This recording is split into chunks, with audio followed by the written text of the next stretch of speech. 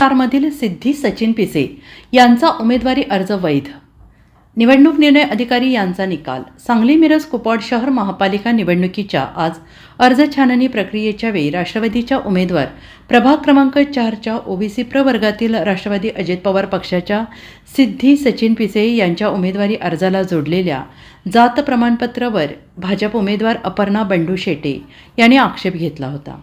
सिद्धी पिसे यांचा जन्म मूळचा कर्नाटकचा असून शिक्षणही कर्नाटकमध्येच झाले असल्याने जात प्रमाणपत्र याबाबत अपर्णा शेटे यांनी आक्षेप घेतला होता. याबाबत निवडणूक निर्णय अधिकारी सविता लष्करे यांच्यासमोर दोन्ही पक्षांनी जोरदार युक्तिवाद केला. दोन्ही बाजू ऐकून घेऊन निवडणूक अधिनियमाप्रमाणे निवडणूक निर्णय अधिकारी यांनी सिद्धी पिसे यांचा अर्ज वैध ठरवला आहे. सांगली मनपा सार्वत्रिक निवडणूक लागलेली आहे. त्या कामामध्ये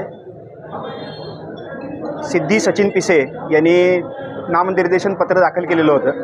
त्या नामनिर्देशन पत्राकरता अपर्णा विवेक शेटे यांनी हरकत उपस्थित केलेली होती आणि ती हरकत ही त्यांचा जन्म कर्नाटक राज्यातील असून जात प्रमाणपत्र हे अवैध आहे अशी त्यांची हरकत होती. त्यावरती निवडणूक निर्णय अधिकारी यांनी सुनावणी घेतली.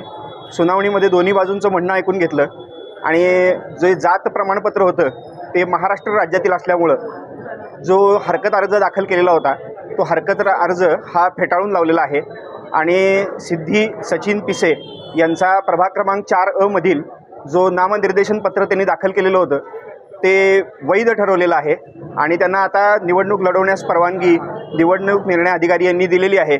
आता निकाल माझ्या हातामध्ये आहे.